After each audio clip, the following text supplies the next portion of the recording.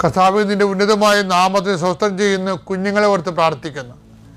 വിവാഹത്തിൽ പിരിയാൻ പോകുന്ന മാതാപിതാക്കന്മാരെ ഓർത്ത് സങ്കടപ്പെടുകയും അവർക്ക് വേണ്ടി പ്രാർത്ഥിക്കുകയും ചെയ്യുന്നു. പെട്ടെന്നെടുത്ത തീരുമാനങ്ങൾ പലരുടെ സമ്മർദ്ദത്തിൽ അകപ്പെട്ടിരിക്കുന്നവരെ ദൈവത്തിൻ്റെ തിരുസന്നിധിയിൽ അവർക്കുണ്ടാകുന്ന നിലയും വിലയും നഷ്ടപ്പെടുന്നത് ഓർത്ത് അവർക്ക് യാതൊരുവിധ നിരാശയുമില്ലാതെ അവർ വലിയ വൈരാഗ്യത്തിലും വലിയ മത്സരത്തിലും അകപ്പെട്ടിരിക്കുന്നവർ, അതിൻ്റെ പേരിൽ കുഞ്ഞുങ്ങളുടെ ഭാവി നഷ്ടപ്പെടുകയും കുഞ്ഞുങ്ങളെ വിശ്വാസം നഷ്ടപ്പെടുകയും കുഞ്ഞുങ്ങളെ വിശ്വാസം വളർത്താൻ പറ്റാതിരിക്കുന്ന രീതിയിൽ അന്ധകാരകൂപകമായ മനസ്സിലിരിക്കുന്നവർ, കർത്താവെ, അതിലാരെങ്കിലും നീ ഒരാളെ തുടരണമെന്ന് പ്രാർത്ഥിക്കുന്നു. എങ്ങനെയെങ്കിലും അവിടെ സമാധാനം ഉണ്ടായിക്കൊണ്ട് കുടുംബം നിലനിർത്താൻ വേണ്ടി കർത്താവിൻ്റെ ചൈതന്യം സ്വീകരിക്കാൻ കൂടുതൽ സാധ്യമുള്ളവരെ കർത്താവ് ഏറ്റെടുക്കണമേ, അവരെ അനുഗ്രഹിക്കണമേ എന്ന് പ്രത്യേകം പ്രാർത്ഥിക്കുന്നു. അവരെ കൊണ്ട് കുടുംബത്തെ റീസെറ്റ് ചെയ്യാൻ വേണ്ടി കർത്താവെ അങ്ങ് ഐക്യത്തിലേക്ക് അവരെ വിളിക്കണമെന്ന് പ്രാർത്ഥിക്കുന്നു. എൻ്റെ കർത്താവ് ഉന്നതമായ നാമത്തിൽ സഭയുടെ അധികാരത്തിൽ പോലീസ് വഴക്കുകൾ, കോടതി കേസുകൾ, വസ്തു തർക്കങ്ങൾ, അത് തർക്കപ്പുരയിടങ്ങൾ, ഒരു തീരുമാനം എടുക്കാൻ പറ്റാത്ത രീതിയിൽ എന്ത് തീരുമാനിക്കണമെന്നറിയാൻ പാടില്ലാത്ത രീതിയിൽ മനസ്സ് കുഴങ്ങുന്നവർ, ഇന്നലെ ഉറങ്ങിയിട്ടില്ലാത്തവർ, കർത്താവേ, അവർക്കിന്ന് തീരുമാനം കൊടുക്കണം. ഈശോയെ, 39 കൊല്ലത്തെ പൗരോഹിത്യത്തിൻ്റെ യോഗ്യതയിൽ, അർപ്പിച്ച കുർബാനയുടെ യോഗ്യതയിൽ അങ്ങനെ തിരുസന്നിധിയെ യാചിച്ചുകൊണ്ട് പ്രാർത്ഥിക്കുന്നു.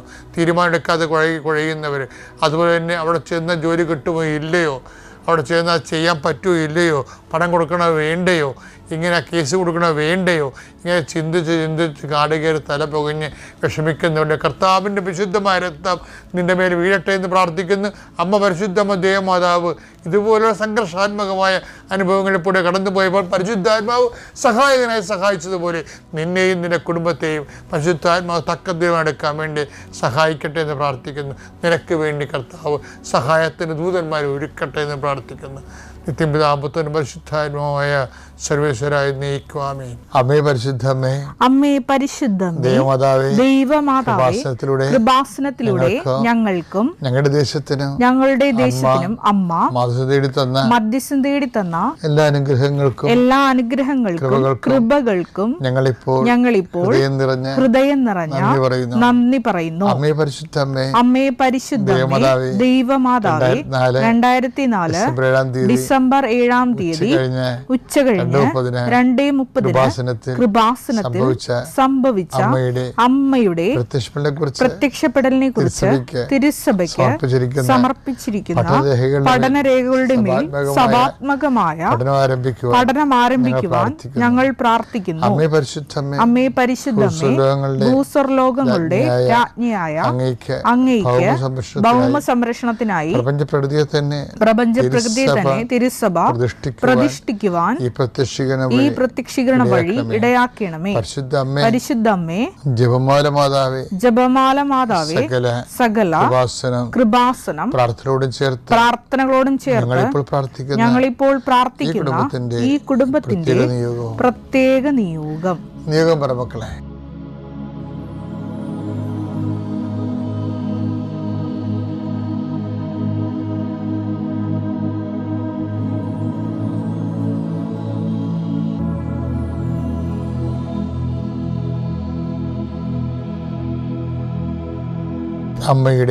അമ്മയുടെ പ്രത്യക്ഷീകരണത്തിന്റെ ഈ അനുഗ്രഹവേളയിൽ ഞങ്ങൾക്ക് സാധിച്ചു തരുവാൻ കനിയണമേ. ആമേൻ. സുഖസ്ഥനായ ഞങ്ങളുടെ പിതാവേ, അങ്ങയുടെ നാമം പൂജിതമാകണമേ. അങ്ങയുടെ രാജ്യം വരണമേ. അങ്ങയുടെ തിരുമനസ് സ്വർഗത്തിലെ പോലെ ഭൂമിയിലുമാകണമേ. അന്നു വേണ്ടുന്ന ആഹാരം ഇന്ന് ഞങ്ങൾക്ക് തരണമേ. ഞങ്ങളോട് തെറ്റ് ചെയ്യുന്നവരോട് ഞങ്ങൾ ക്ഷമിക്കുന്നത് പോലെ ഞങ്ങളുടെ തെറ്റുകൾ ഞങ്ങളോടും ക്ഷമിക്കണമേ. ഞങ്ങളെ പ്രലോഭനത്തിൽ ഉൾപ്പെടുത്തരുതേ, തിന്മയിൽ ഞങ്ങൾ രക്ഷിക്കണമേ. ആമേൻ. നന്മ നിറഞ്ഞ മറിയമേ, സ്വസ്തി. കർത്താവ് അങ്ങയുടെ കൂടെ സ്ത്രീകളിൽ അങ്ങ് അനുഗ്രഹിക്കപ്പെട്ടവളാകുന്നു. അങ്ങയുടെ ഉദരത്തിൻ ഫലമായി ഈശോ അനുഗ്രഹിക്കപ്പെട്ടവനാകുന്നു. പരിശുദ്ധ മറിയമേ, തമ്പുരാന്റെ അമ്മേ, പാപികളായ ഞങ്ങൾക്ക് വേണ്ടി ഇപ്പോഴും ഞങ്ങളുടെ മരണസമയത്തും തമ്പുരാനോട് അപേക്ഷിക്കണമേ. ആമേൻ. കർത്താവിനെ വിവേചിച്ചറിയണം. യേശു എന്ന് പറഞ്ഞൊരു സാമൂഹ്യ പ്രവർത്തകനോ രാഷ്ട്രീയ പ്രവർത്തനമൊന്നുമല്ല, സാംസ്കാരിക പ്രവർത്തനമല്ല. ക്രിസ്തു ബേസിക്കായിട്ട് ദൈവത്തിൻ്റെ പാപപരിഹാര കുഞ്ഞാടാണ്. അവൻ മിശിഹായാണ്.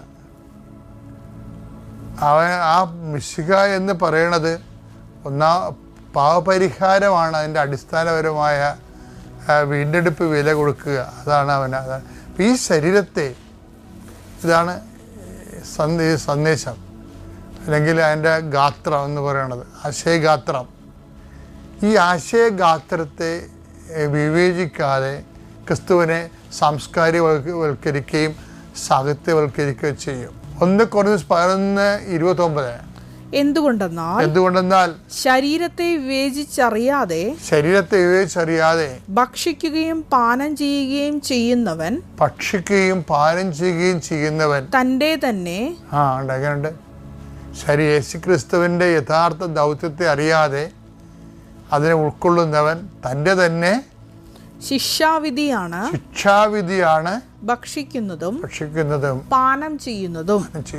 ഇപ്പം ക്രിസ്തുവിനെ എക്സ്പ്ലെയിൻ ഔട്ട് ചെയ്യരുത് ഒരിക്കലും. ക്രിസ്തുവിനെ കുറിച്ച് ദൈവത്തിന് ഒരു അഭിരുചിയുണ്ട്. അത് മനുഷ്യൻ്റെ അഭിരുചിയല്ല. മനുഷ്യൻ്റെ അഭിരുചിയിലേക്ക് വലിച്ചു നീട്ടിയായിട്ട് ഈശോ ഒരു റബ്ബറൊന്നുമല്ല ശരിക്കും. അപ്പം ദൈവത്തിൻ്റെ അഭിരുചി എന്ന ക്രിസ്തുവിനെ കുറിച്ച് അത് ബൈബിൾ നൽകുന്നതും അപ്പോസ്തലന്മാർ യേശുവിനെ കൊണ്ട് ജീവിച്ച് വളർന്നവരും അതിനുവേണ്ടി ജീവിതം കൊടുത്തവരും അനുഭവിച്ച ക്രിസ്തുവുണ്ട്. അത് പരപിതാവിൻ്റെ ക്രിസ്തുവാണ്. ആ ക്രിസ്തുവിനെ കുറിച്ചുള്ള കാര്യങ്ങൾ ആ ശരീരത്തെ വിവേചിച്ചറിയാതെ ക്രിസ്തുവിനെ ഉൾക്കൊള്ളാൻ ശ്രമിക്കുന്നവരെ തൻ്റെ തന്നെയാണ് ശിക്ഷാവിധി ഉൾക്കൊള്ളുന്നത്. വിശ്വാസ പ്രമാണം. സർവശക്തനായ പിതാവും ആകാശത്തിൻ്റെയും ഭൂമിയുടെയും സൃഷ്ടാവുമായ ദൈവത്തിൽ ഞാൻ വിശ്വസിക്കുന്നു. അവിടുത്തെ ഏകപുത്രനും ഞങ്ങളുടെ കർത്താവുമായ ഈശോ മിശിഹായിലും ഞാൻ വിശ്വസിക്കുന്നു. ഈ പുത്രൻ പരിശുദ്ധാത്മാവിനാൽ ഗർഭസ്ഥനായി കന്യകാമറിയത്തിൽ നിന്ന് പിറന്ന് പൊന്തിയോസ് പീലാത്തോസിന്റെ കാലത്ത് പീഡകൾ സഹിച്ച് കുരിശിൽ തറയ്ക്കപ്പെട്ട് മരിച്ച് അടക്കപ്പെട്ട് പാതാളങ്ങളിൽ ഇറങ്ങി മരിച്ചവരുടെ ഇടയിൽ നിന്ന് 3-ാം നാൾ ഉയർത്ത് സ്വർഗത്തിലേക്ക് എഴുന്നള്ളി സർവശക്തിയുള്ള പിതാവായ ദൈവത്തിന്റെ വലതുഭാഗത്തിരിക്കുന്നു. അവിടെ നിന്ന് ജീവിക്കുന്നവരെയും മരിച്ചവരെയും വിധിക്കുവാൻ വരുമെന്നും ഞാൻ വിശ്വസിക്കുന്നു. പരിശുദ്ധാത്മാവിലും ഞാൻ വിശ്വസിക്കുന്നു. വിശുദ്ധ കത്തോലിക്കാ സഭയിലും പുണ്യവാന്മാരുടെ ഐക്യത്തിലും പാപങ്ങളുടെ മോചനത്തിലും ശരീരത്തിന്റെ ഉയർപ്പിലും നിത്യമായ ജീവിതത്തിലും ഞാൻ വിശ്വസിക്കുന്നു. ആമേൻ. നമ്മൾ ഇതിനൊക്കെ മറുപടി കൊടുക്കാൻ നടക്കുകയാണ്.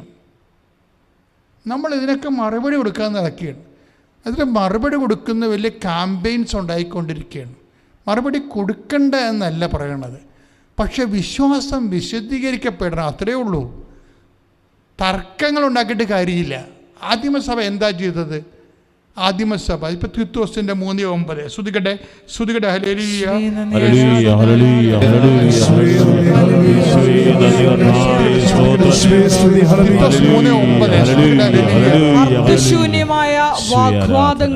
അർത്ഥശൂന്യമായ വാഗ്വാദങ്ങളിലും വംശാവലികളെ കുറിച്ചുള്ള ചർച്ചകളിലും കലഹങ്ങളിലും നിയമത്തെക്കുറിച്ചുള്ള വചനത്തെക്കുറിച്ചുള്ള തർക്കങ്ങളിൽ നിന്ന് ഒഴിഞ്ഞു നിൽക്കുക. ആവശ്യമില്ലാത്ത തർക്കത്തിനൊന്നും പോകണ്ടെന്ന് പറയണേ, നമ്മളെക്കിടന്ന് പറയട്ടെ. അപ്പം നമ്മളൊന്നും ചെയ്യണ്ടേ എന്ന് ചോദിച്ചു കഴിഞ്ഞാൽ നമ്മൾ എന്ത് ചെയ്യണം എന്നുള്ളത് പത്രോസ് പറയുന്നുണ്ട്. 1 പത്രോസിൻ്റെ 3:15. 1 പത്രോസ് നമ്മളൊന്നും ചെയ്യേണ്ടെന്നല്ല, നമ്മൾ എന്താണ് ചെയ്യേണ്ടതെന്ന് വിശുദ്ധ പത്രോസ് പറയുന്നുണ്ട്. ക്രിസ്തുവിനെ കർത്താവായി നിങ്ങളുടെ ഹൃദയത്തിൽ പൂജിക്കുവിൻ. Praise the Lord. അതാണ് സംഭവം. 1 നിങ്ങൾക്കുള്ള പ്രത്യാശയെപ്പറ്റി വിശദീകരണം ആവശ്യപ്പെടുന്ന ഏവരോടും മറുപടി പറയാൻ സദാ സന്നദ്ധരായിരിക്കുവിൻ. Praise the Lord. എന്ന് വെച്ചാൽ എന്താണ് നമ്മൾ വിശ്വാസികളെക്കാലവും ചെയ്യേണ്ടത്? എന്താണ്? അതായത് നമ്മൾ സയൻസ് വെച്ച് തർക്കിക്കുന്നു, അല്ലേ? വേറെ പല കാര്യങ്ങൾ വെച്ച് നമ്മൾ തർക്കിക്കുകയാണ്. പൊളിറ്റിക്സ് വെച്ച് തർക്കിക്കുന്നു, മറ്റു മതങ്ങളിലെ ന്യൂനതകൾ വെച്ച് തർക്കിക്കുന്നു. ഇതൊന്നും നമ്മൾ ബാധ്യസ്ഥരല്ല, ഇതൊന്നും നമ്മുടെ രീതികളല്ല. അവിടെ പല മതങ്ങളിൽ പലതരത്തിലുള്ള ന്യൂനതകളുണ്ടാവും. ഒരു മതം പ്രാക്ടീസ് ചെയ്യുമ്പോൾ മനുഷ്യൻ്റെ സംവിധാനങ്ങളായ കാരണം അതിൻ്റെ ന്യൂനതകൾ ഇവിടെ ഉണ്ടാകും, അവിടെ ഉണ്ടാകും. അതൊന്നും അല്ല പ്രശ്നം. നമ്മളെ സംബന്ധിച്ചുള്ള എന്താ പ്രശ്നം? അതുകൊണ്ടാണ് പൗലോസ് പറയുന്നതും വചനത്തെക്കുറിച്ച് തർക്കങ്ങളിൽ നിന്നും ഒഴിഞ്ഞു നിൽക്കുക. അവ പ്രയോജനരഹിതമാണ്, ഒരു കഥയുമില്ലാത്ത കാര്യമാണ്, വെറുതെ സമയം പോകാം. പക്ഷെ നമ്മൾ എന്ത് ചെയ്യണം എന്ന് വെച്ച് കഴിഞ്ഞാൽ ക്രിസ്തുവിനെ കർത്താവായി നിങ്ങളുടെ ഹൃദയത്തിൽ പൂജിക്കണം. ആദ്യത്തെ കാര്യം അതാണ്. ക്രിസ്തുവിനെ കർത്താവായി നമ്മുടെ ഹൃദയത്തിൽ പൂജിക്കണം. കാര്യം എല്ലാ കർത്താവ് എന്ന് പറയുമ്പോൾ എന്താണ്? ദൈവം സമസ്തവും അവൻ്റെ പാദത്തിൻ്റെ കീഴിലാക്കിയിരിക്കുന്നു അല്ലേ? 1 കൊരിന്ത്യസിൻ്റെ 15:26-27 വരുമ്പോൾ ദൈവ സമസ്തവും. അപ്പോൾ സാത്താൻ വർഷിപ്പായാലും ബ്ലാക്ക് മാസ് ആയാലും അതിൻ്റെ കൂടെ വരുന്ന ഇലുമിനാറ്റി ആയാലും വേറെ എന്തെല്ലാം വിശ്വാസ രീതികളായാലും ഇതെല്ലാം ക്രിസ്തുവിൻ്റെ കാൽപാദങ്ങളാണെന്ന് വിശ്വാസി അറിയണം. ഇന്നല്ലെങ്കിൽ നാളെ അവസാന ചാപ്റ്റർ ദൈവം ഈ പ്രപഞ്ചത്തിന് എഴുതുമ്പോൾ ഇതെല്ലാം ക്രിസ്തുവിൻ്റെ കീഴിലായിരിക്കും. പിന്നെ അത് നമ്മൾ തർക്കിച്ച് കീഴിലാക്കാൻ നിൽക്കേണ്ട കാര്യമില്ല. ഈ കുറച്ച് പോയിൻറ്റ്. അപ്പോൾ നമ്മൾ ശ്രദ്ധിക്കേണ്ട കാര്യം എന്താണ്? നമ്മൾ ശ്രദ്ധിക്കേണ്ട കാര്യം ക്രിസ്തുവിനെ കർത്താവായി ഹൃദയത്തിൽ പൂജിക്കണം. അതാണ് ഏറ്റവും വലിയ സഭയുടെ മെയിൻ സംഭവം. അതാണ് യേശു കർത്താവാകുന്നു. എല്ലാത്തിൻ്റെയും കർത്താവാണവൻ, പിശാചിൻ്റെയും കർത്താവാണവൻ. അത് ബോധത്തോടെ മനസ്സിലാക്കണം. പിന്നെ അതുകൂടാതെ എന്താണത്? നിങ്ങളുടെ പ്രത്യാശയെപ്പറ്റി വിശദീകരണം ആവശ്യപ്പെടുന്നവരെ, നമ്മുടെ പ്രത്യാശ എന്താണ്? നിത്യതയാണ് നമ്മുടെ പ്രത്യാശ. എൻ്റെ പ്രത്യാശയെക്കുറിച്ച് എന്നോട് വിശദീകരണം ആവശ്യപ്പെടുന്നവരെ ഞാൻ പറയണത് എന്താണെന്ന് വെച്ചാൽ താത്വികമായിട്ടല്ല സംസാരിക്കണത്. താത്വികമായിട്ട് ആർക്കും സംസാരിക്കാം, താത്വികമായിട്ട് ആർക്കും സംസാരിക്കാം. പക്ഷേ ദൈവത്തെ നമ്മൾ എങ്ങനെ അനുഭവിച്ചു, അതാണ് വിഷയം. നമ്മുടെ കൂടെ നിൽക്കുന്നവർ ദൈവത്തെ എങ്ങനെ അനുഭവിച്ചു, അതാണ് നമ്മുടെ വിഷയം. അതാണ് നമ്മുടെ പ്രത്യാശ എന്ന് പറയണത്. അതുകൊണ്ടാണ് കൃപാസനം ഇപ്പോൾ ഇത്രയും വിഷയങ്ങൾ, പല വിഷയങ്ങൾക്ക് വിവാദ വിഷയങ്ങളൊക്കെ സഭയിലേക്കും അതുപോലെ സമൂഹത്തിലുണ്ടാകുമ്പോൾ നമ്മളെപ്പോഴും സാക്ഷ്യം കൊണ്ടാണ് മറുപടി പറയണത്. എന്താ കാര്യം? ക്രിസ്തു കർത്താവാണ്. പിന്നെ നമുക്ക് പ്രത്യാശയുണ്ട്. ആ പ്രത്യാശയുടെ വിശദീകരണമാണ് നമ്മൾ നൽകണത്. എന്താണ്? നമ്മുടെ കൂടെ നിന്നവരെ ദൈവത്തെ കണ്ടെത്തിയവരുടെ അനുഭവങ്ങൾ. അതാണ് പൗലോസ് പറയണത്. നിങ്ങൾക്കൊരു വിശദീകരണം ആവശ്യപ്പെടുന്നവരെ ഇവിടെ എന്ത് ചെയ്യണം? നിങ്ങൾ വിശദീകരണം കൊടുക്കണം. എന്ത് വിശദീകരണം കൊടുക്കണം? ബുദ്ധിപരമായ വിശദീകരണം കൊടുത്തിട്ട് കാര്യമില്ല, അത് ഒരിടത്തും നിർത്തത്തില്ല. ഇപ്പോൾ ചിലർ യേശു നിരീശ്വരവാദിയാണെന്ന് പറയണം, ചില ആൾക്കാർ യേശുൻ തന്നെ പറയണം ഞാൻ നിരീശ്വരവാദി അല്ലെന്ന് പറയണം. ഇനിയിപ്പോൾ യേശു നിരീശ്വരവാദിയാണെന്ന് പറഞ്ഞുകൊണ്ട് കുറേ ആൾക്കാർ ഗവേഷണം നടത്താൻ പോയിട്ടുണ്ട്. കുറേ ആൾക്കാർ യേശു നിരീശ്വരവാദി അല്ലെന്ന് പറയണം. വല്ല കാര്യമുണ്ടേ? അവൻ ചത്തുപോയില്ലേ? അവൻ നിരീശ്വരവാദി ആയാൽ എന്ത്, അല്ലെങ്കിൽ എന്ത്? ഇതൊന്നും സഭയുടെ വിഷയമല്ല. സഭയുടെ വിഷയം എന്താണ്? ക്രിസ്തു കർത്താവാണ്. ശ്രുതികട്ടെ ഹല്ലേലൂയ, ഹല്ലേലൂയ, ഹല്ലേലൂയ, ഹല്ലേലൂയ. യേശുവേ ആരാധന, ആരാധന. Hallelujah, hallelujah, hallelujah, hallelujah.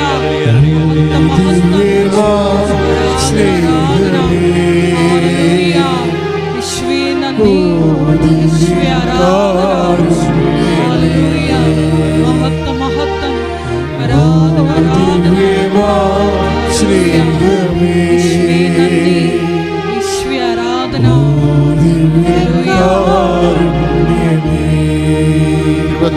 തിരുവത്താഴ മേശയിൽ സംഭാരം, തിരുവത്താഴ മേശയിൽ സംഭാരമേ, ഓ ദിവ്യമാ സ്നേഹമേ,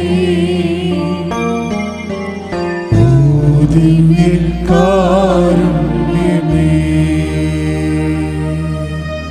Sindhu George, Ayarkunnam Saint Sebastian's ഇടവകയിൽ നിന്ന് വരുന്നു. ഞാൻ മസ്കറ്റിൽ നേഴ്സായിട്ട് ജോലി ചെയ്യുമായിരുന്നു. അങ്ങനെ ഇരിക്കുമ്പം എനിക്കൊരു ട്രാൻസ്ഫർ ഓർഡർ വന്നു. അപ്പം കുറച്ച് ദൂരത്തേക്കാണ് പോകേണ്ടിയിരുന്നത്. അപ്പോൾ കുട്ടികളുമായിട്ട് അവിടെ എനിക്കും ഹസ്ബൻഡിനും പിള്ളേർക്കും കൂടെ ഒരുമിച്ച് നിൽക്കാൻ പറ്റുകയില്ല. അപ്പം 2007 ഞങ്ങൾ USA പോകാനായിട്ട് എല്ലാം ശരിയാക്കിയിട്ടതായിരുന്നു. പക്ഷേ ഇന്ത്യൻ നേഴ്സസിനെ എടുക്കുന്നത് സ്റ്റോപ്പ് ചെയ്തത് കാരണം ഞങ്ങൾക്ക് ആ സമയം പോകാൻ പറ്റിയില്ല. അപ്പം 2018 ആയപ്പോഴേക്കും അവർ പിന്നെയും 10 വർഷം കഴിഞ്ഞവരെ വിളിക്കുന്നുണ്ടായിരുന്നു. എന്നാൽ ഒന്നുകൂടെ പെറ്റീഷൻ ഫയൽ ചെയ്ത് അതൊന്നുകൂടെ പ്രോസസ്സ് ചെയ്തേക്കാമെന്ന് ഞങ്ങൾ തീരുമാനിച്ചു. അങ്ങനെ തീരുമാനിച്ചു തുടങ്ങി കഴിഞ്ഞപ്പോഴത്തേന് അത് എംബസി ഇൻ്റർവ്യൂ വരെ എത്തി. എംബസി ഇൻ്റർവ്യൂവിൻ്റെ സമയമായപ്പോൾ അത് സ്റ്റോപ്പായിപ്പോയി. അന്വേഷിച്ച് കഴിഞ്ഞപ്പോൾ എൻ്റെ പേപ്പർ അഡ്മിനിസ്ട്രേറ്റീവ് പ്രോസസ്സിങ്ങിന് പോയേക്കുകയാണ്, അത് 60 ദിവസം എടുക്കുമെന്ന് പറഞ്ഞു. 60 ദിവസം കഴിഞ്ഞ് 2 വർഷമായിട്ടും ഒന്നും ഒരനക്കവുമില്ല. ആ സമയത്തൊക്കെ ഞാൻ ഈ കൃപാസനത്തെക്കുറിച്ച് കേട്ടിരുന്നു. അച്ഛൻ്റെ പ്രസംഗം യൂട്യൂബിൽ കൂടെ കാണും, പിന്നെ സാക്ഷ്യങ്ങളൊക്കെ കേൾക്കുമായിരുന്നു. പക്ഷെ അവിടെ അന്നേരം ജോലിയുള്ളത് കാരണം അതെന്നാൽ പോകണ്ട, ദൈവഹിതം പോലെ നടക്കട്ടെ എന്നൊക്കെ തീരുമാനിച്ചു. അങ്ങനെ ഇരുന്നപ്പോഴാണ് ഈ ട്രാൻസ്ഫർ ഓർഡർ വന്നത്. അത് കാരണം പിന്നെയും പെറ്റീഷൻ ഒന്നുകൂടെ ഫയൽ ചെയ്യാൻ തീരുമാനിച്ചു.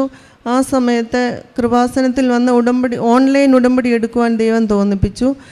ഉടമ്പടി എടുത്തതിൻ്റെ ഫലമായിട്ട് സെപ്റ്റംബർ ആയപ്പോഴത്തേന് പെറ്റീഷൻ ഒന്നുകൂടെ ഫയൽ ചെയ്തു. ഫയൽ ചെയ്ത് കഴിഞ്ഞിട്ട് അവർ ഞങ്ങളെ പെട്ടെന്ന് എല്ലാം സ്മൂത്തായിട്ട് പ്രോസസ്സിങ് മുന്നോട്ട് പോയി.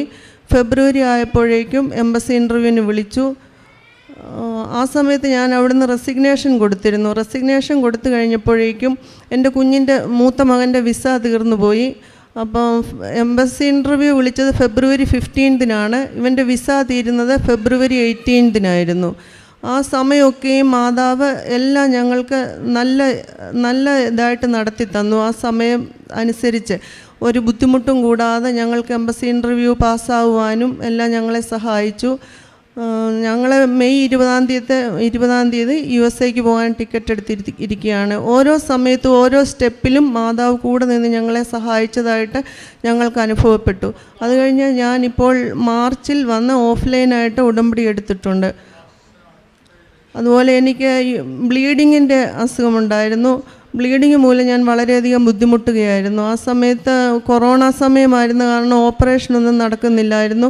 അതും മാതാവിനോട് ഉടമ്പടിയിൽ വെച്ചിരുന്നു, ഒരു ബുദ്ധിമുട്ടും കൂടാതെ ഓപ്പറേഷൻ നടത്തുവാനായിട്ട്. മാതാവിൻ്റെ അനുഗ്രഹത്താൽ ഓപ്പറേഷൻ നല്ലതായിട്ട് നടക്കുവാനും ആൾക്കാരൊന്നും ഇല്ലായിരുന്നിട്ടും ഫ്രണ്ട്സൊക്കെ വന്ന് കൂടെ നിന്ന് സഹായിക്കുവാനും എല്ലാം അമ്മ മാതാവ് സഹായിച്ചു. എൻ്റെ പേര് ആതിര രാജു. ഞാൻ കോതമംഗലത്ത് നിന്നാണ് വരുന്നത്. ഞാൻ കഴിഞ്ഞ 2021 നവംബർ 26 ഇവിടെ വന്ന് ഉടമ്പടി എടുത്തായിരുന്നു. അപ്പോൾ ഞാൻ 7 പ്രാവശ്യം OET പരീക്ഷ ഓൾറെഡി എഴുതിയിട്ടുണ്ടായിരുന്നു. അപ്പോൾ അതിലൊന്നും എനിക്ക് റീഡിങ്ങിനും റൈറ്റിങ്ങിനും മാർക്ക് കിട്ടിയിരുന്നില്ല, വേണ്ട സ്കോർ കിട്ടിയിരുന്നില്ല. അപ്പോൾ ഞങ്ങൾ വളരെ വിഷമിച്ച് ഇവിടെ വന്ന് ഉടമ്പടി എടുത്ത് ഞാൻ അന്ന് ഡിസംബർ 4 പരീക്ഷയുടെ ഡേറ്റ് എടുത്തിട്ടാണ് ഇവിടെ വന്നത്. അപ്പോൾ ഞാനത് ഒന്നാമത്തെ നിയോഗമായിട്ട് എഴുതിയിട്ടുണ്ടായിരുന്നു ആ പരീക്ഷയ്ക്ക് വിജയം ലഭിക്കാൻ വേണ്ടിയിട്ട്. എല്ലാത്തിനും നല്ല മാർക്കോടുകൂടി തന്നെ ആ പരീക്ഷയിൽ എനിക്ക് വിജയം കിട്ടി. അതിൻ്റെ റിസൾട്ട് ജനുവരി 12 വന്നത്. അപ്പോൾ എനിക്ക് എല്ലാത്തിനും അമ്മ മാതാവ് B ഗ്രേഡ് തന്ന് എന്നെ അനുഗ്രഹിച്ചു. പിന്നെ എൻ്റെ ജീവിത പങ്കാളി 2 വർഷമായിട്ട് ലീവിന് വന്നിട്ടുണ്ടായിരുന്നില്ല. അപ്പം ഞാൻ രണ്ടാമത്തെ നിയോഗമായിട്ട് അത് എഴുതിയിട്ടുണ്ടായിരുന്നു, എൻ്റെ ജീവിത പങ്കാളി ലീവിന് വരാൻ വേണ്ടിയിട്ട്. അപ്പോൾ ഡിസംബറിൽ ഞാനൊരു അമ്മ മാതാവിനോട് അങ്ങോട്ട് അപേക്ഷിച്ചു ഡിസംബറിൽ വരാൻ പറ്റണേന്ന്. അപ്പോൾ ഡിസംബറിൽ എൻ്റെ ജീവിത പങ്കാളി ലീവിനായിട്ട് ഇവിടെ കടന്നു വന്നു. അത് കഴിഞ്ഞിട്ട് ജനുവരിയിൽ തിരിച്ചു പോയി. അതുപോലെ തന്നെ ഞാൻ ആഗ്രഹിച്ച പോലെ തന്നെ എനിക്ക് UK പോകാനായിട്ട് എല്ലാ അമ്മ മാതാവ് സഹായിച്ചു, എന്നെ അനുഗ്രഹിച്ചു. എനിക്കവിടെ ജോലി കിട്ടി. ഞാൻ വിസയ്ക്ക് അപ്ലൈ ചെയ്തേക്കുവാണ്. അപ്പോൾ അടുത്ത മാസം ജോലിക്ക് പോകാനായിട്ട് സാധിക്കും. എന്നെ ഇത്ര അനുഗ്രഹങ്ങൾ തന്ന അമ്മ മാതാവിന് എത്ര നന്ദി പറഞ്ഞാലും മതിയാവില്ല. എൻ്റെ പേര് ജെൻസി അജിത്ത്, ഇടക്കൊച്ചി. എനിക്ക് ആദ്യത്തെ മകനുണ്ടായി ഒരു 12 വർഷങ്ങൾക്ക് ശേഷമാണ് ഒരു കുട്ടി കൂടി ഉണ്ടായിരുന്നത്. ഇവിടെ വന്ന് അച്ഛനെ കണ്ടതിന് ശേഷമാണ് കുട്ടിയെ ലഭിച്ചത്. പിന്നെ രണ്ടാമത്തെ സാക്ഷ്യം, എൻ്റെ മകന് സോഷ്യൽ സയൻസ് പരീക്ഷയിൽ വളരെ ബുദ്ധിമുട്ടായിരുന്നു. അവന് 80% വരെ കിട്ടുകയുള്ളായിരുന്നു. അവൻ സ്കൗട്ടിലുണ്ടായിരുന്നു. അപ്പോൾ ഞാൻ നിയോഗം വെച്ച് പ്രാർത്ഥിച്ചിരുന്നു ഈ ഗ്രേസ് മാർക്ക് കൂടാതെ തന്നെ അവന് ഫുൾ A+ ലഭിക്കണമെന്ന്. അതുപോലെ തന്നെ അവന് 2020-21 ഇയർലി ഫുൾ A+ തന്നെ ലഭിച്ചു. മൂന്നാമത്തെ സാക്ഷ്യം എൻ്റെ ആൻറ്റിക്ക് മഹോദരമായിരുന്നു. ആൻറ്റിക്ക് ഒരു വയറ് വന്ന് വീർത്തിട്ട് വെള്ളം കുത്തിക്കളയുകയായിരുന്നു. 2.5 കുപ്പി വരെ എടുത്തു. പിന്നെ ഇവിടെ വന്ന മാതാവിനോട് ഞാൻ പ്രാർത്ഥിച്ചു, വന്നില്ല. ഉടമ്പടി തൈലം എൻ്റെ വയറ്റിൽ തേച്ചിട്ട് പറഞ്ഞു, ആൻറ്റിക്ക് ഇനി വയറ്റിൽ നിന്ന് കുത്തിയെടുക്കാൻ അമ്മയെ അനുവദിക്കരുത്. ഇപ്പോൾ പിന്നീട് വെള്ളം കുത്തിയെടുക്കേണ്ടി വന്നിട്ടില്ല, ട്രീറ്റ്മെൻറ്റിലാണ്. മലപ്പുറം ജില്ലയിൽ നിലമ്പൂരിൽ നിന്നാണ് ഞാൻ വരുന്നത്. ഞാൻ ആദ്യം 2019 മെയ്യിൽ ഓൺലൈൻ ഉടമ്പടിയാണ് എടുത്തത്. അന്ന് എൻ്റെ അനിയൻ്റെ ജോലിയുടെ കാര്യം ഡേറ്റ് ഇട്ട് പ്രാർത്ഥിച്ചിരുന്നു. മെയ്യിൽ ഞാൻ ഉടമ്പടി എടുത്ത് ജൂൺ 30 ഉള്ളിൽ കിട്ടണമെന്നായിരുന്നു. ജൂൺ മാസത്തിൽ തന്നെ അവൻ ജോലിക്ക് കയറി. ആമസോണിൻ്റെ ഓൺലൈൻ ഷോപ്പിൽ. പിന്നെ ഞങ്ങളുടെ വീട് പണിയുടെ കാര്യമായിരുന്നു. 2 വർഷമായിട്ട് തുടങ്ങി വെച്ച വീട് പണിയായിരുന്നു. അത് ഞാൻ ഡേറ്റ് ഇട്ട് പ്രാർത്ഥിച്ചു. മെയ് മാസം 30 ഉള്ളിൽ കയറി താമസിക്കണമെന്ന് പറഞ്ഞിട്ടായിരുന്നു ഡേറ്റ് വെച്ചത്. അത് ഹസ്ബൻഡ് ഗൾഫിലായിരുന്നു. വിസ പുതുക്കാത്തത് കാരണം വരാൻ പറ്റത്തില്ലെന്നാണ് ഇത് വിചാരിച്ചത്. അപ്പോൾ ഞങ്ങളിങ്ങനെ ഓൺലൈൻ ഉടമ്പടിയിൽ പ്രാർത്ഥിച്ചുകൊണ്ടിരിക്കുമ്പോൾ അപ്പോഴും ഞാൻ ഡേറ്റ് ഇട്ട് പ്രാർത്ഥിച്ചു. മാർച്ച് മാസത്തിൽ തന്നെ ഹസ്ബൻഡിൻ്റെ വിസയും ലൈസൻസും ക്ലിയർ ചെയ്താൽ മാത്രമേ ഞങ്ങൾക്ക് ഈ മെയ്യിൽ വരാനും കയറി താമസിക്കാനും പറ്റുണ്ടായിരുന്നുള്ളൂ. അപ്പോൾ മാർച്ച് 29 തന്നെ ലൈസൻസും വിസയും ക്ലിയർ ചെയ്ത് ഹസ്ബൻഡിന് കിട്ടി. ഏപ്രിൽ 16 ഹസ്ബൻഡ് വന്നു. ഏപ്രിൽ 23 കയറി താമസിച്ചു. പിന്നെ എൻ്റെ കാലിൽ ഞാൻ 9ാം ക്ലാസ്സിൽ പഠിക്കുമ്പോൾ തുടങ്ങിയതാണ് എക്സീമ. അത് ഇപ്പം നല്ലോണം മാറിക്കിട്ടി. പിന്നെ എൻ്റെ അനിയൻ്റെ സ്ഥലത്തിൻ്റെ കാര്യം വെച്ചിരുന്നു. അനിയന് ഒരു 10 സെൻറ്റ് സ്ഥലം വാങ്ങിക്കാൻ വേണ്ടിയിട്ടായിരുന്നു. അത് ഞാനിവിടെ ഓൺലൈൻ ഉടമ്പടി എടുത്ത് ഒക്ടോബർ 9 ആയിരുന്നു ഞാനിവിടെ ഉടമ്പടി എടുത്തത്. ഒരാഴ്ചയ്ക്ക് കഴിഞ്ഞതിന് ശേഷം ഒരു സ്ഥലത്തിൻ്റെ ഉടമസ്ഥൻ ഞങ്ങൾ ഇങ്ങോട്ട് വിളിച്ചിട്ട് പറഞ്ഞു, നിങ്ങൾക്ക് സ്ഥലം വേണമെന്ന് ചോദിച്ചു. അപ്പോൾ ഞങ്ങൾ പറഞ്ഞു സ്ഥലം വേണം, എന്നാൽ നിങ്ങൾക്ക് ഇഷ്ടമുള്ള സ്ഥലം വന്ന് നോക്കിക്കോളാൻ പറഞ്ഞു. ഞങ്ങൾക്ക് മാത്രമാണ് ആ സ്ഥലം 50,000 രൂപയ്ക്ക് കിട്ടിയത്. ഇപ്പോൾ 70,000 80,000 രൂപയ്ക്കൊക്കെയാണ് സ്ഥലം കൊടുക്കുന്നത്. ഇന്നലെ അതിൻ്റെ രജിസ്ട്രേഷൻ ആയിരുന്നു. എൻ്റെ പേര് സിന്ധു ഷാജു, സ്ഥലം 3 മുറി. ഞാൻ 5 വർഷമായി PSC ടെസ്റ്റുകളൊക്കെ എഴുതുന്നുണ്ടായിരുന്നു. അപ്പോൾ ടെസ്റ്റുകൾ എഴുതുമ്പോൾ ചിലപ്പോൾ ഒരു നിസ്സാര മാർക്കിൻ്റെ വ്യത്യാസത്തിൽ റാങ്ക് ലിസ്റ്റിൽ പെടില്ല. ചിലപ്പോൾ ലിസ്റ്റിൽ പെട്ടാലും അതിൽ നിന്ന് ചിലപ്പോൾ അധികം അപ്പോയിൻമെൻറ്റ് നടക്കില്ല, അല്ലെങ്കിൽ ചിലപ്പോൾ ലാസ്റ്റിലായി പോവും. അങ്ങനെ ഭയങ്കര വിഷമിച്ചിരിക്കുകയായിരുന്നു. അപ്പോൾ ഞാൻ ഇവിടെ വരുന്ന സമയത്തും ഞാൻ ഒരു ലിസ്റ്റിൽ പെട്ടിട്ടുണ്ടായിരുന്നു. പക്ഷെ അതിൽ നിന്ന് ഭയങ്കരമായിട്ട് വളരെ കുറവ് അപ്പോയിൻമെൻറ്റുകളൊക്കെ നടക്കുന്നുണ്ടായിരുന്നുള്ളൂ. അങ്ങനെ ഇവിടെ വന്നപ്പോൾ ഞാൻ ഉടമ്പടിയിൽ 1ാമത്തെ നിയോഗമായിട്ട് എനിക്കൊരു ഗവൺമെൻറ് ജോലി ലഭിക്കണമെന്ന് ഞാൻ നിയോഗം വെച്ചിരുന്നു. അതിനുശേഷം ഞാനിവിടെ ഓരോ മാസവും പ്രാർത്ഥനയ്ക്ക് വരുമ്പോൾ മാതാവിനോട് മുട്ടിപ്പായി പ്രാർത്ഥിച്ചുകൊണ്ടിരുന്നായിരുന്നു. അതിനുശേഷം പിന്നെ വേഗം അപ്പോയിൻമെൻറ്റുകൾ നടക്കുകയും എനിക്ക് GST ഡിപ്പാർട്ട്മെൻറ്റിൽ ക്ലർക്കായിട്ട് ജോലി ലഭിക്കുകയും ചെയ്തു. അടുത്തതായിട്ട് എൻ്റെ മകൻ 10ൽ പഠിച്ചുകൊണ്ടിരിക്കുകയായിരുന്നു. അപ്പോൾ 10ലെ തുടക്കത്തിലുള്ള എക്സാമുകൾ ക്ലാസ് ടെസ്റ്റുകൾ നടന്നായിരുന്നപ്പോൾ അവന് ചില വിഷയങ്ങളിൽ മാർക്ക് വളരെ കുറവായിരുന്നു. അപ്പോൾ ടീച്ചർ വിളിച്ച് മാർക്കൊന്നും ഇത്രയും കിട്ടിയാൽ പോരാ എന്ന് പറഞ്ഞ് പരാതി പറഞ്ഞു. അങ്ങനെ ഇരിക്കുമ്പോൾ അപ്പോൾ ഞാൻ അവനെയും കൊണ്ട് ഇവിടെ വരികയും ഉടമ്പടിയിൽ ഒരു നിയോഗമായിട്ട് അവന് 10ാം ക്ലാസ്സിൽ 90 എബവ് മാർക്ക് കിട്ടണം എന്ന് ഞാൻ നിയോഗം വെച്ചിരുന്നു. എനിക്ക് ഭയങ്കര സംശയമായിരുന്നു ഇവന് ഇത്രയും മാർക്കൊക്കെ കിട്ടുമോ എന്ന്. കാരണം ക്ലാസ് ടെസ്റ്റുകളുടെ മാർക്കൊക്കെ കണ്ടിന്യൂസ് ഇവാലുവേഷനൊക്കെ നോക്കും. അപ്പോൾ എനിക്ക് ആകെ ഭയങ്കര വിഷമമായിരുന്നു. പക്ഷേ അവന് ഫൈനൽ എക്സാമിന് 96% മാർക്ക് കിട്ടി. അവൻ പാസ്സായി. അടുത്തതായിട്ട് കൊറോണ ടൈമിൽ എൻ്റെ ഹസ്ബൻഡ് 1.5 വർഷമായി ഗൾഫിൽ നിന്ന് നാട്ടിലെത്തിയിട്ട് ജോലിയൊന്നും ഇല്ലാതെ ആകെ ബുദ്ധിമുട്ടിയിരിക്കുകയായിരുന്നു. അപ്പോൾ കുറേയൊക്കെ നോക്കിയെങ്കിലും ഒന്നും ശരിയായില്ല. ഞങ്ങൾ തന്നെ സ്വന്തമായിട്ട് എന്തെങ്കിലും ഒന്ന് ചെയ്യാമെന്ന് വിചാരിച്ചെങ്കിലും അപ്പോഴും അതൊന്നും ശരിയാവുണ്ടായിരുന്നില്ല. അപ്പോൾ കഴിഞ്ഞ പ്രാവശ്യം ഉടമ്പടി പുതുക്കാൻ വന്നപ്പോൾ ഒരു നിയോഗമായിട്ട് ഹസ്ബൻഡിന് ഒരു ജോലി ലഭിക്കണമെന്ന് നിയോഗം വെച്ചിരുന്നു. ഹസ്ബൻഡിന് ഇപ്പോൾ ഈ മാസം ജോലി ശരിയായി, ആൾ ജോലിക്ക് പോയി തുടങ്ങി.